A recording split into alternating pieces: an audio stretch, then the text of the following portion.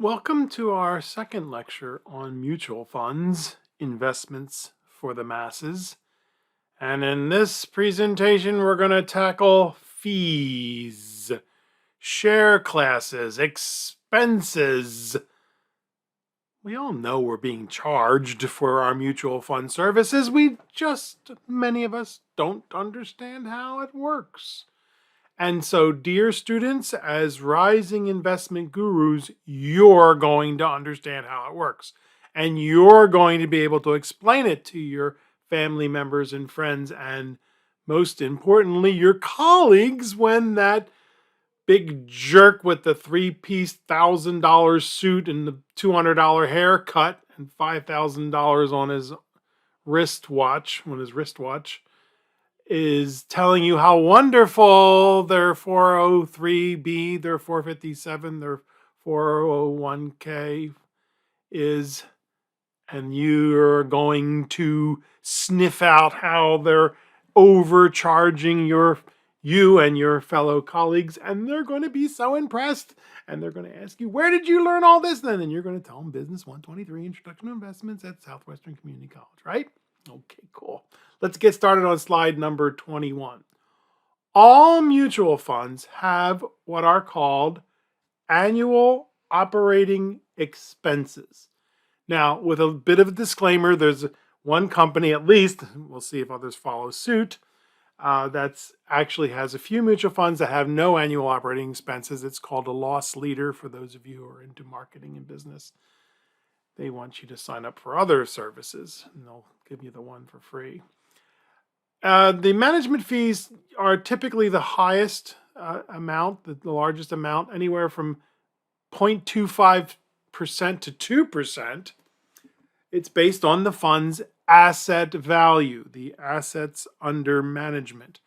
And what does that mean? Well, as we said in the previous presentation, if it's a 1% fee, that means for every $100 you have in the account, they're going to charge you $1 every year. Now, you don't see that charge. It's net of the results that you receive. So don't think, oh my goodness, my mutual fund did 8%, but that only means it only did 7% because they took them. No.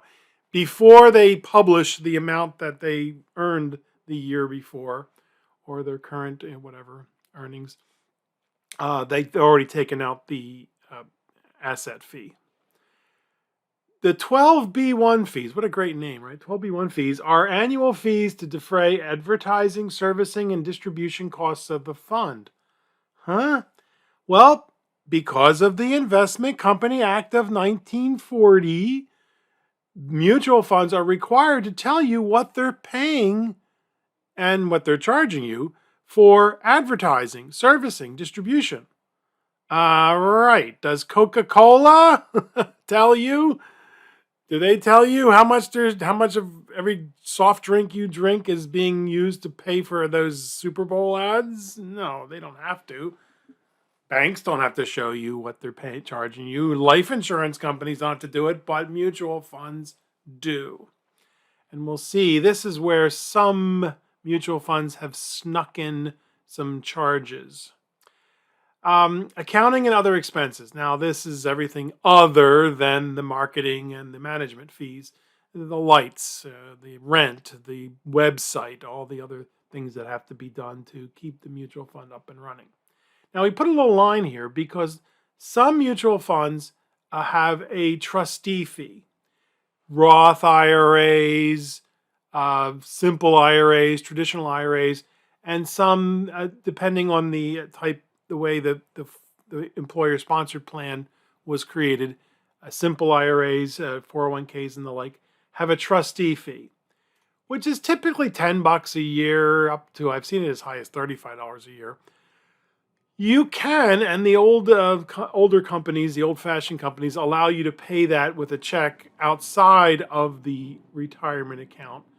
But most companies don't even bother to tell you. They just take it out every year. They just take out $10 or $20 a year. You'll see that fee as the trustee fee. And they are actually doing something. The IRS requires that if it's what's called a tax-qualified account, such as a Roth IRA, a 401k, and the like, that there be a trustee that actually hangs on to the money. And don't worry, they're not going to run away with it. It's your money, but they're hanging on to it according to the rules of the IRS. And so, they need to get paid for their services. And that's what that $10 fee is for. Now, the one thing we don't see disclosed in the prospectus is the trading costs. So, how are you supposed to know? Well, you can actually ask the mutual fund. It's buried somewhere in their annual report, and most people can't find it. Or you just look at the annual turnover. And this is one measure that we're going to ask you to research, and one thing you really should know about your mutual fund. It's a measure of how much trading the mutual fund does. It's measured in percentage of the amount a portfolio turns over each year. Well, think about it, folks. If your mutual fund has a 100% turnover, that means they have bought and sold every stock or bond or whatever in the mutual fund within a year. If it has a 50% turnover, that means it's taken 2 years for it to turn over. The higher the turnover, the higher the trading costs. And so it also gives you an idea of how long they hold on to a security, a stock, a bond, whatever. If it's 100% turnover, they're holding on for a year. If it's a 50% turnover, 2 years. 25%, 4 years. And what we're going to see when we get to stocks and start doing an analysis, we're going to see that sweet spot for good, in my humble opinion, stock analysis is about 20 to 25, 30% every 3, 4, 5 years turnover. Now, you're also going to see some funds with 200% turnover or 300% turnover. If they are stock, and certainly if they're bond mutual funds, these people are not investors. They're traders. They're not traitor with a T, but trader with a D. They are speculating. They're not owning stocks. They're renting them. They have no intention of actually holding on to them for the long term. And in my humble opinion, those are the types of mutual funds you want to stay away from. But again, everyone's different. Some people like that buy and sell and hard charging, and I wish them a lot of luck because they're going to need it. Now, there's a caveat again. You got to study, dear students. Money market mutual funds will have turnovers 400 or 500%. And you say, wait a minute, no, that's how it works, folks. Remember, when you're buying something that only lasts 30 days or 60 days, you're going to have tremendous turnover. And that's just part of what it takes to run a money market mutual fund, because the things that you're buying just don't last that long. They can't last more than a year. That's the way they're set up. So do your best to find the turnover of your potential mutual funds. And of course, that's part of your assignment.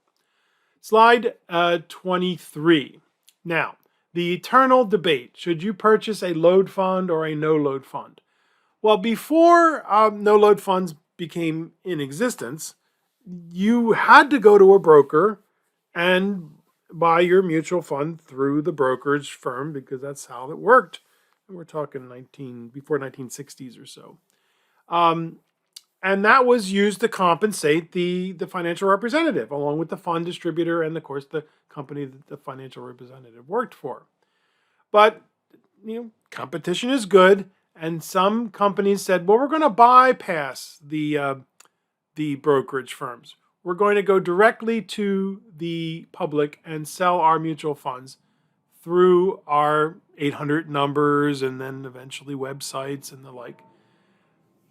Now, as we said, we have to be careful. Some no-load funds have large annual operating expenses and can wind up costing you more than a load fund. And if you believe, after taking this class, or maybe even before taking this class, that you really do need the help of a financial representative, a guiding hand, a whatever you want to call us, a broker. I don't like the term broker, but a wealth manager, a financial representative, a financial advisor, then we're going to see that paying the load over the long term, assuming we're long-term investors, winds up being cheaper than going with the modern day a go-go way to soak your clients. To charge for financial services, and that is assets under management. So stick with us, stick with us.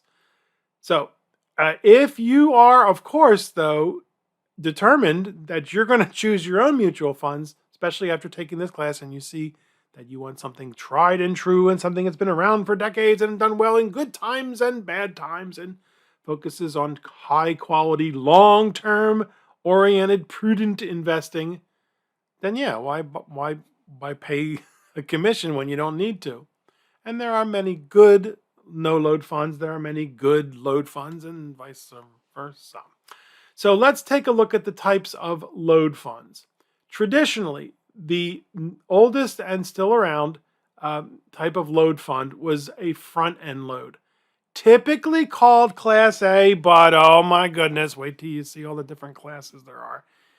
Depending on your mutual fund company, it might be Class 1 or they might have a different name, but it's typically Class A. The commission is paid up front. That's why it's called a front-end load. They normally have lower annual operating expenses. Along came a new type of class because people didn't actually want to pay an upfront fee. They don't like paying that fee. Who does? So the brokers are not stupid. The brokerage firms created Class B shares, back-end load. So you remember B, back-end load. The commission is paid when the shares are redeemed. And people say, well, wait a minute. What difference does it make if I pay it up front or back? Well, just relax. Sit down, please. Let us explain. Most back-end loads come with what is called a contingent deferred sales charge. Isn't that a great name? Contingent. I love that word. When you say it, it feels good in your throat. Contingent deferred sales charge. The contingent deferred sales charge declines to zero over a period of 3 to 6 years. So maybe the first year it's 5%, and then after 2 years it's 4%, 3, 2, 1, and then disappears. In other words, they're trying to convince you to stick with it for the long term because they're mutual funds. And what they don't often highlight or make sure you understand is that you're going to be paying higher annual operating expenses until that contingent deferred sales charge declines to zero. And eventually, most Class B shares revert to Class A shares. Have we confused you yet? Good. Our job is done. No, we don't. Yes, I apologize on behalf of our industry, dear students. Often we do things, in my humble opinion, that are not in the best interest of the clients. So now, if you choose a Class B share, you have to sign something saying that you've been apprised of the fact that you're probably going to wind up spending more than if you had just paid the Class A upfront share commission. That's what you're up against, dear students. Remember, we have to make our boat payment. Slide number 25. A third type of load fund was called broker no-load funds, but you're not allowed to call them no-load funds anymore because the Securities and Exchange Commission has changed the rules. These are typically called Class C shares. There's no front end, there's no back end, except there may be a 1% back end charge if you redeem within 1 year. But really, folks, you don't want to do that. You don't want to. You go into a mutual fund thinking that this is a long term, 4, 5, 10 more years. So what happens? You don't pay an upfront fee, you don't pay a back end fee, but where are they going to get you? Right. Many Class C shares have a higher annual operating expense in perpetuity. I like that word, perpetuity. You get to spit on your friends when you say it. My fund has a higher annual operating expense in perpetuity. Or for a long time, 10 years or so. There's those 12B1 fees again. Hence, the Class C shares can wind up costing you more than the Class A shares or the Class B shares. And again, you have to sign something, an initial here, or click here, saying that you understand that you're going to wind up spending more if you're a long-term oriented buy and hold investor. Of course, think about these three types of funds. 3 types of ways to pay. If you're going to be buying and selling your mutual funds every year, You don't want to be paying that Class A share commission every year. So the C shares would actually wind up being the best choice. But again, that's not why we buy mutual funds. We buy mutual funds for the long term. So these used to be called broker no load funds. But guess what? The Securities and Exchange Commission said, no, no, no, no, no, no. You cannot call a mutual fund a no load fund if the 12B1 fee is greater than 0.25%. Huh? Again, are you confused yet?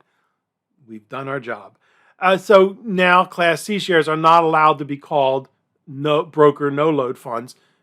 Essentially what we've done, what the industry has done, is they've stretched out the commission. That front end commission now may take 6 years with a Class B share or 10 years with a Class C share. Eesh. Okay, so now let's take a look at no load funds. There are essentially two types. There are the advisor no load, advisor shares. They go by various names: Class C, Class I, Class FI. And then there are what the industry calls true no load funds. Now I put true in quotes because it's not a legal term. You won't see that in the prospectus. This is a true no load fund. But that's what you'll hear on the telly and the infernal net. Internet talk about, you don't need a load fund. You should buy a true no load fund and buy my book to explain why you should buy these individuals. Anyway, these no-load advisor share funds come with what's called a wrap account or a management account or a wealth management account. Typically, it'll be called assets under management. So sure, you don't pay an upfront fee. You don't pay a back-end fee. You don't pay a 12B1 fee greater than 0.25% for 10 years or whatever. But the advisor tax on 1 or 2%, I've seen it less, but I've seen it upwards of 2%, typically 1.25%, on top of what the mutual fund charges. Because we're not your brokers. Oh, no, no, no, no, no. We're your wealth managers. When you do well, we do well. In fact, we do very well. Because if you're a long-term oriented investor, you're going to spend a hell of a lot more, excuse my French, money on fees if you go with these assets under management. But there's always a but, right? You're going to make your financial advisor very happy. And I don't like these things. Have you got that? Have you figured that out yet? I don't believe they're in the best interest of the clients because they're going to wind up spending more. Assuming they're buy and hold, prudent long-term investors, which is the only kind of clients I would ever want.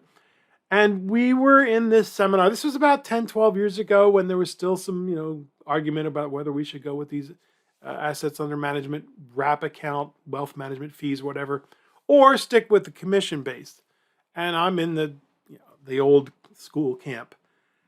And I said it. We all had our suits on. And I said, as my turn to contribute to the conversation, we were at a seminar and sitting at a table, and it was just us talking. I really don't believe that these are in the best interest of the clients, because if they're long-term oriented investors, they're going to wind up spending more over the long term in fees than if they just paid the upfront commission. And this guy with the beautiful teeth and hair and $1,000 suit just looked at me and said, "What are you worried about? You send them a bottle of wine on their birthday, you take them to the steakhouse, take them golfing, they're going to love you." And dear students, I really did not know what to say.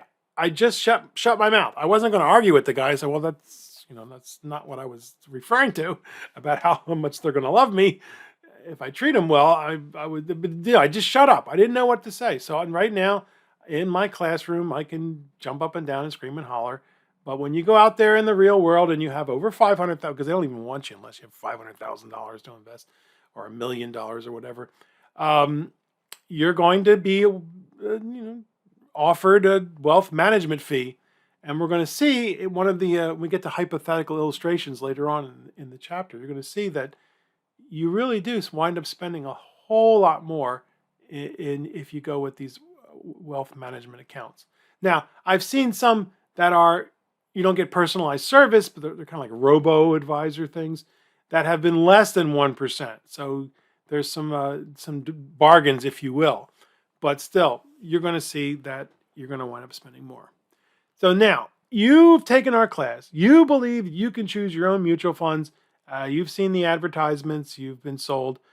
You want a true no-load fund. These are mutual fund companies that deal directly with the public. They may not have a 12B1 fee greater than 0.25%. Some of them have a 12B1 fee of $10 or $20 a year, assuming you've decided not to sign up for electronic delivery of their... So they really are cheap. These are the darlings of the popular media. Who needs a financial advisor? Bypass the middleman. But again, we must look at the overall fees, because a no-load fund with high annual operating expenses can cost you more than a load fund with lower annual operating expenses. And we haven't even talked about results yet, have we? We're just talking about the fees. So we really are going to hammer this. We're going to ask you to remember these class shares. So study these. And what you're going to find is that other companies have other R shares and Z and S and T, and they're all basic, permutations and combinations of the five that we've set up so far. The A, B, the C, then the F or FI shares, and then the true no-load fund shares. So study these diligently and memorize these, and you will be awesome. So now, let's take a look at a real-life mutual fund. Remember we talked about Alliance in the previous presentation? Well, this is what Alliance has become. They almost disappeared. Excuse me. Excuse me. But they merged with another company called Samuel Bernstein and Company, I think it was Samuel. So it was called Alliance Bernstein, and I guess that was too long, so now they call themselves AB. What a great name, AB. But it's a good mutual fund company, folks. Check them out.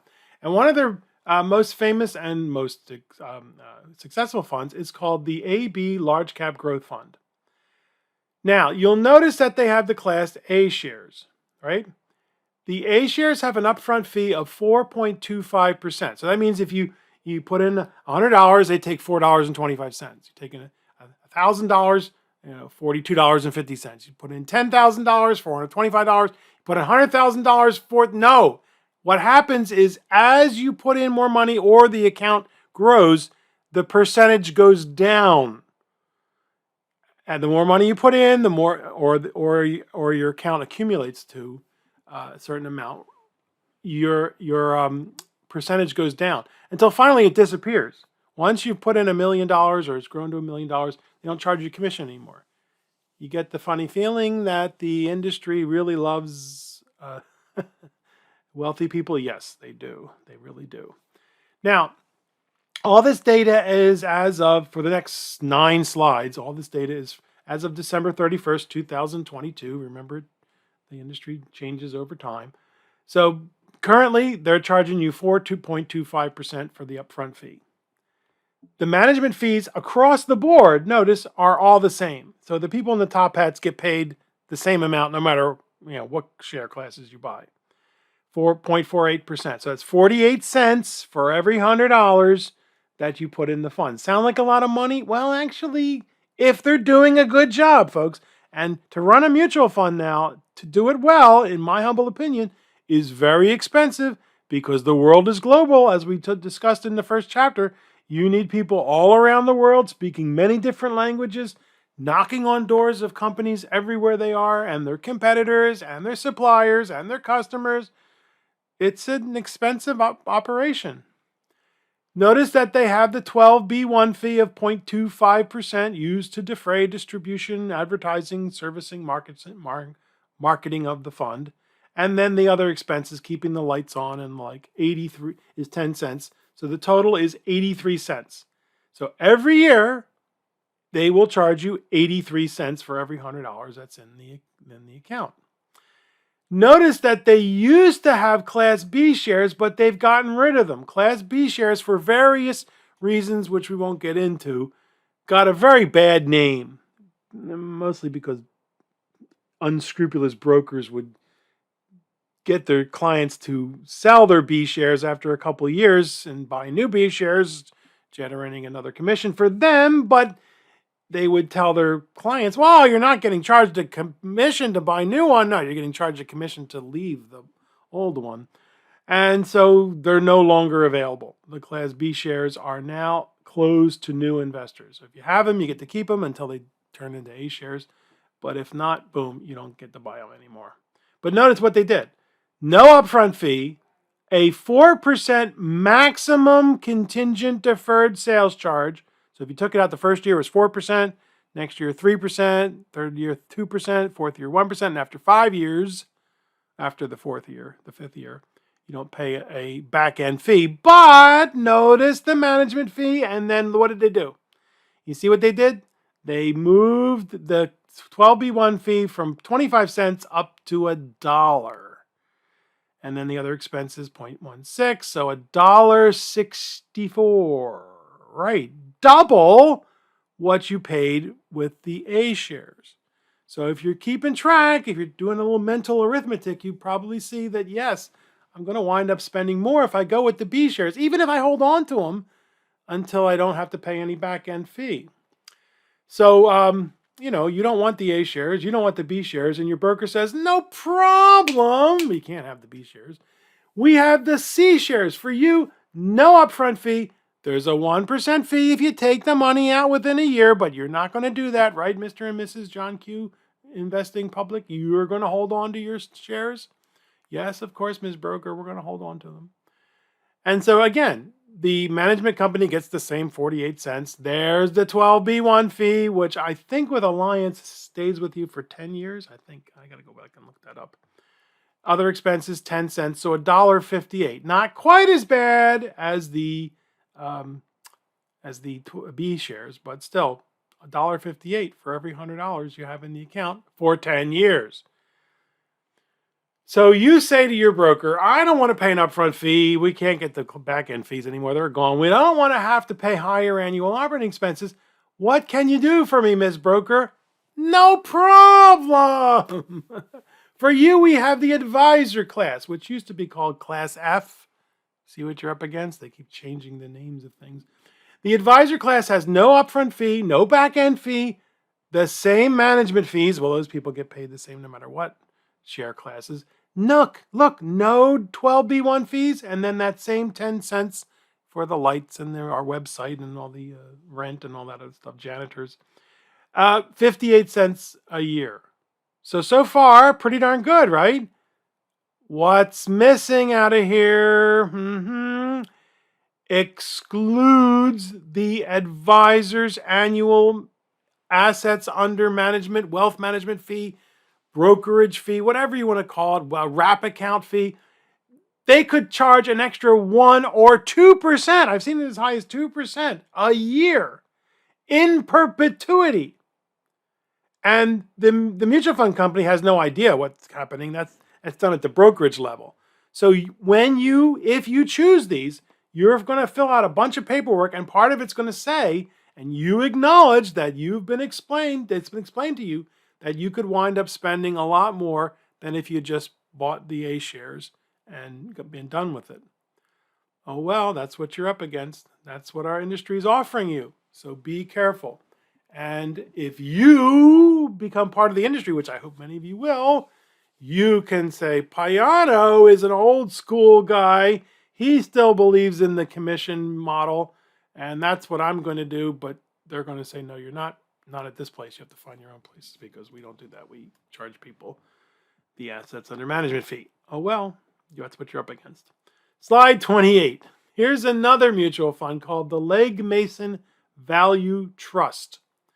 Now, this was a very famous, now infamous, no-load load mutual fund, but you can't call it a no load fund because of what the Securities and Exchange Commission saying if the 12B1 fee is greater than 0.25%. So they used to call them the primary class shares, and they still are the most popular. They added the Class A shares and then changed the name from the primary shares to the Class C shares, and then added the Financial Investment Advisor, the FI shares, and they always had the institutional shares.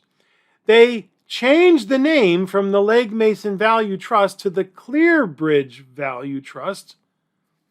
Why did they do that? Well, you'll see why later. It's part of what's called burying the evidence. So, see, these had a maximum sales charge of 5.75%.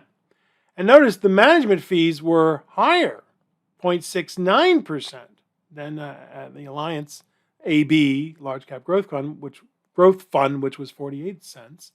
There's the 12B1 fees, 9 cents of other expenses. So $1.03. $1.03 in perpetuity. If you go with the Class C shares, they have no upfront fee. They, instead of the 1% back end charge, they charge almost 1%, 0.95% as a back end charge. There's the management fee. It's always the same. There's the 12B1 fees, 0.95%. But with the primary shares, I'm not sure what the Class C shares. I need to do a little bit more digging. But the primary shares, that was in perpetuity. They charged you that forever. The 10 cents other expenses, so $1.74. That's getting close to 2%. That's pretty high, folks. In my humble opinion, and all other things being equal, and of course they never are, I wouldn't want a mutual fund that charges me almost 2% a year. What's the FI shares? Well, that's the F shares, the advisor shares. No upfront fee, no back end fee. There's the 12B1 fees. $1.13. And then add another 1% or 1.25% or whatever your broker wants to charge you. Yeah, so over $2 per every $100 in your account. Yeah, not good. Not good. Now, what about these institutional? These look like the best deal, right? 0.69. Well, that's always 0.69. No 12B1 fees, 9 cents, 78 cents. Well, can I get the institutional shares? What do you have to be institutionalized to get them? I'll come back to those later. Here is yet another mutual fund, T. Rowe Price. Good company, T. Rowe Price, very good company. Check them out. The Dividend Growth Fund. Look at the investor class. Now, this is the one that most people will gravitate to. No upfront fee, no back end fee. The management fee is always the same here, 48 cents, 48 cents, 48 cents. 14 cents of other expenses, so 62 cents. Not bad, right? Not bad. What's this Class I? What's the difference between these two? There's a little bit of difference that you learn about when you get involved. Class I shares, you have to have a little bit more money, and they'll charge you less per $100 because they love people with a lot of money. The advisor class has no upfront fee, no back-end fee, lower annual operating expenses. But why? What's going on? They're going to tack on their whatever. Well, actually, this one, it's set up so that the advisors get this 0.25%. So the advisor may or may not charge an extra 1%. They probably will. So you see what you're up against? They use a totally different share class schemes. And then what's with these Z shares? Class Z, no, what's going on here? Am I totally confusing you? Good, because that's what we're trying. I mean, no, we would never admit to that. The Class Z shares in T. Rowe Price Company are used by other funds. So I don't even know why they tell the world that these things exist. They should just roll everything into the other funds. So the other fund that uses the Class Z shares then charges you a certain amount. So you see, this is what you're up against, folks. The proliferation of mutual funds and the proliferation of how we charge you. And you've got to do the digging. You've got to get into the prospectus and the website and learn about what the differences between these are, because fees matter. Fees are important. I hope I'm not turning you off. Don't drop the class, folks. Don't drop the class. You're going to study these asset class, these share classes, and you're going to see that there are just basically 5 different types, but all the other ones are just permutations and different flavors of the 5 that we discussed. And now for something completely different. Slide number 30. This is an index fund. This fund does no research. Remember the people with the top hats? This fund doesn't have them. They simply buy all the 500 stocks in the Standard & Poor's 500 index. Now, we're going to dig into the index in more detail in Chapter 3 when we get to stocks, and that's part of the problem of putting mutual funds before stocks. But just know that it's a list of 500 companies. That's all you need to know. And so you or I could run this fund. We look at the list of 500 companies. If the company is on the list, we buy it. If the company's not on the list, we don't buy it. That's simple.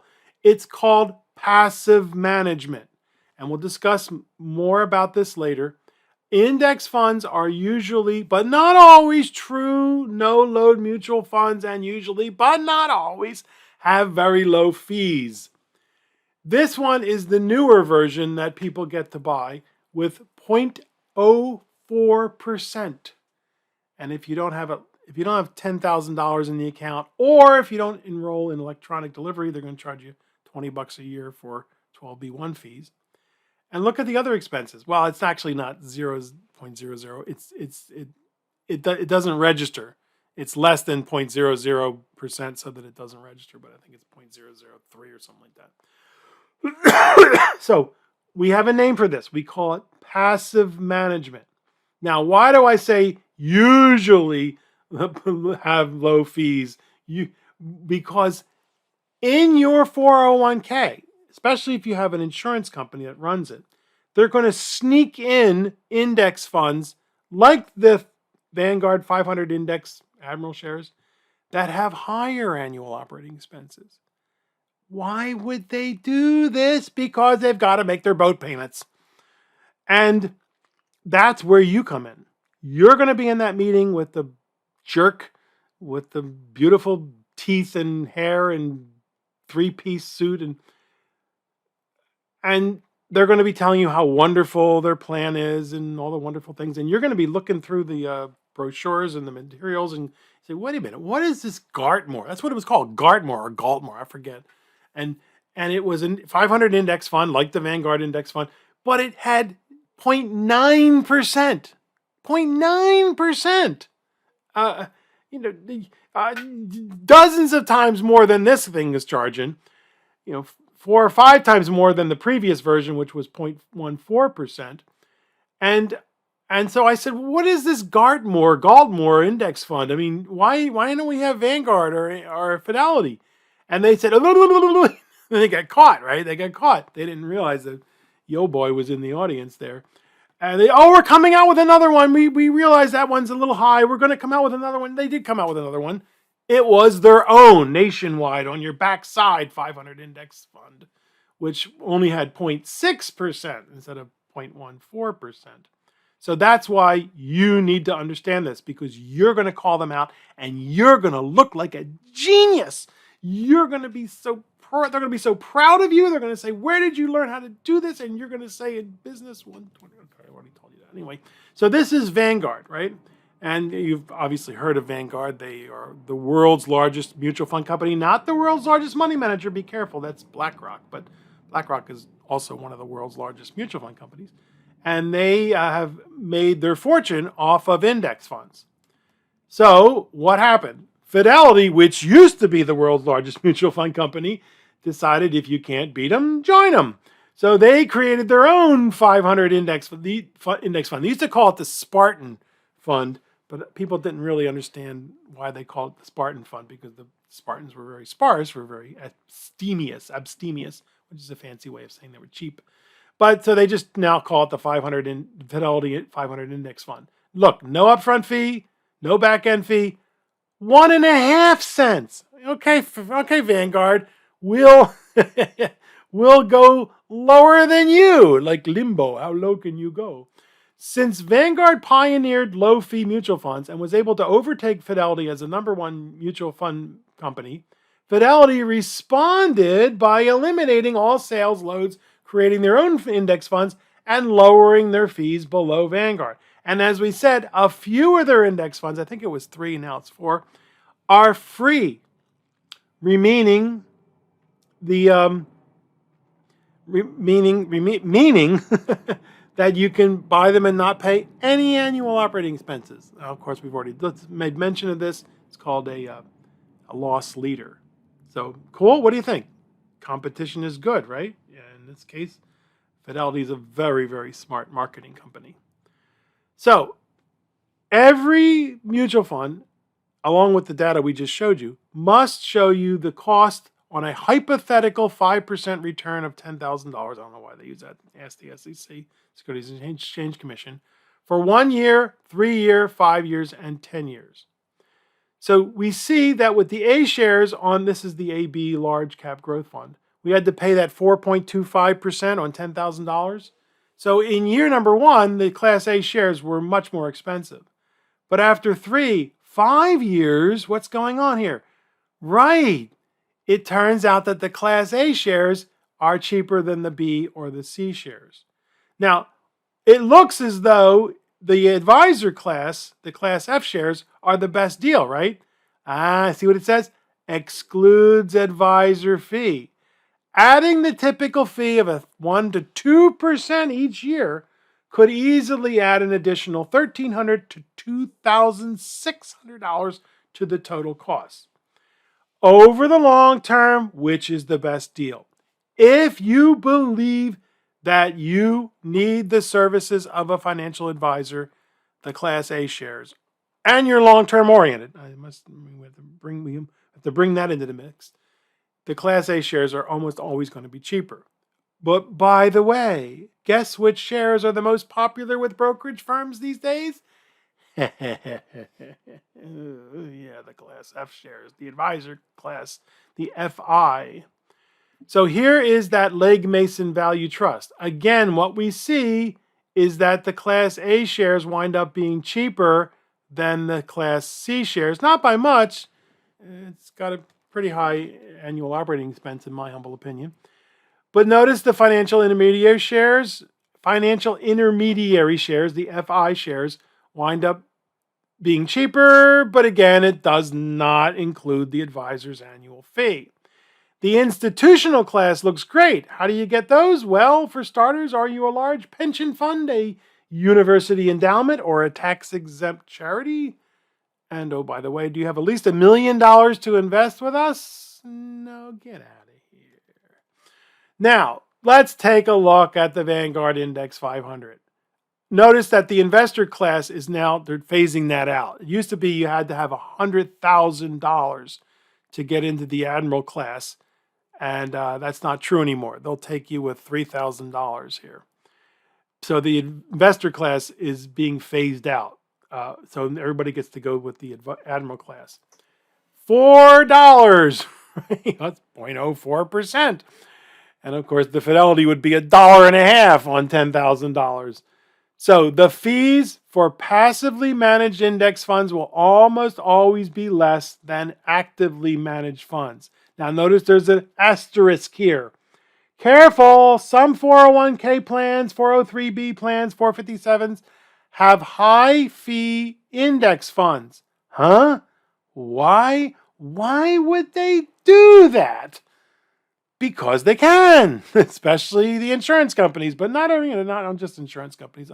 Remember, I'm an insurance agent also, not only a stockbroker. We're going to insult everybody in the industry by the end of the semester. Who would do that to their employees? Well, Southwestern Community College did it, but they didn't know it. They did not know it. I kept complaining to our human resources folks over in far away from the campus. I mean, they're on the campus, but they're far away in the back. And I would try to get them to understand that they're really screwing us. And they kept saying, what are you talking about? Finally, one of the employees took this class, took Business 123. And she said, Frank, they're really screwing. I told you so. I told you so. Finally, finally, we got rid of Nationwide on your backside, on your side, right? Supposedly on your side. And now we have Empower, which is Great Western Life Insurance Company. And they still have some index funds that have higher fees than what you can get on the outside, but nowhere near as bad as Nationwide. So go ahead, folks, sue me. Sue me. I remember one guy yelling at me saying, how dare you say this? What are you talking about? This is my job. He wasn't happy about it. But they're gone, thankfully, yes. Okay. So as we said here, by the way, we said that Vanguard closed the investor class. Now wants investors to use the Admiral class with a minimum of only $3,000. I think there's a way to waive that if you say, I want to put $100 a month away or something like that. Do you remember the exchange-traded funds that we talked about? They often have lower fees than the index funds. The Vanguard ETF, which is basically the same thing, it tracks the total stock market, has an expense ratio of 0.03%. So less than 4 cents only has 3 cents. Just recently, Fidelity now has 4 index funds with 0 annual fees. And as we said, this is called a loss leader. You lose money on a certain product, and then you hope to gain it back selling them other products. Okay. I know. Let's take a little breather here just for a few seconds and take a look at the sales charge breakpoints. This is the Alliance Bernstein AB Large Cap Growth Fund. Notice that if you have less than $100,000, you pay 4.25%. But as soon as you either purchase or accumulate $100,000 in your account, it goes down to 3.25%. At 250, it's 2.25%. At 500, it's 1.75%. And once you have $1 million to invest, or your account becomes over $1 million, you no longer pay the sales charge. Again, you think they like the very high net worth individuals? Oh, yes, they do. Class A shares qualify for a sales reduction if you invest a larger amount or as your investment grows. Some brokers fail to inform their clients of this feature. Instead, as the client approached the breakpoint, the broker would advise them to start another fund. Now, why would they do that? When I heard this, I could not believe it. I told my boss, I said, who would do that? Who would do that? He said, well, it happens. Now, I've never met personally that I know of, a broker who's done that just to keep the sales charge high. And if you do it now, you can lose your license and get fined and have to pay back any money to your clients that you basically ripped off from them. Right. Anyway, so that's it's in our industry, folks. Again, it's only a few people, but it gives all of us a bad name. Slide 36 is the contingent deferred sales charge. But again, remember, these things are gone. Most mutual fund companies are getting rid of their Class B shares. But the first year, you paid 4% if you took your money out within the first year, 3% for the second year, 2% for the third year, and 1% for the fourth year. The back-end sales charge on Class B shares typically is reduced over time until it is eliminated. However, as we noted, the Class B shares pay more in annual fees for 6 or 8 years. Now, this same kind of contingent deferred sales charge is used throughout the life insurance company with annuities. They call them surrender charges. However, they usually start at 20% or 25% and take 20 to 25 years to disappear. Okay. Dear students, you now, are you tired? I know, go back over it when you have a chance. It might take a couple of times for this to soak in because there's a lot here. Now that you know everything you need to know about fees, which would you choose? I'm going to give you $10,000 10 years ago. Would you choose we know that the Class A shares are a better deal. So would we choose the large cap growth fund, Class A, or the Legg Mason Value Trust, Class C, formerly the primary class shares, which the Class A shares weren't around, T. Rowe Price Dividend Growth Fund, the Class A shares, or the results of the Admiral shares? Even though we're using the Admiral shares, even though you needed $100,000 10 years ago to get them, you only could get the investor class shares.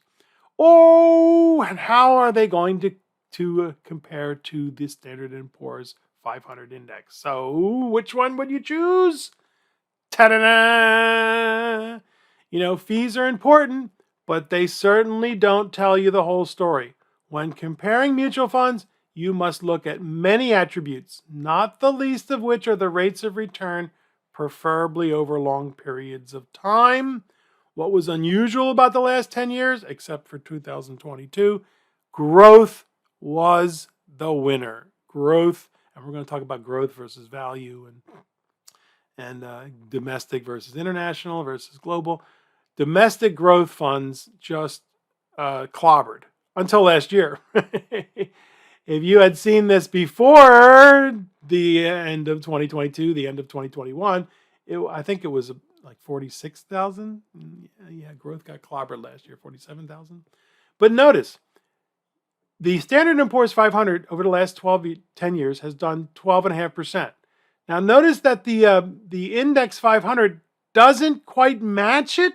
Well, because they're charging you 4.04% a year, so that's why it's 12.52. But it comes very, very close. The Legg Mason Value Trust used to be even worse. It was a real stinker for a while. That's why it's now called the Clear Bridge Value Trust, to bury the evidence. But the T. Rowe Price Dividend Growth Fund actually did pretty darn well, given that it wasn't even a growth fund. It's a dividend growth fund, which is a little different, and we'll discuss that in the next presentation.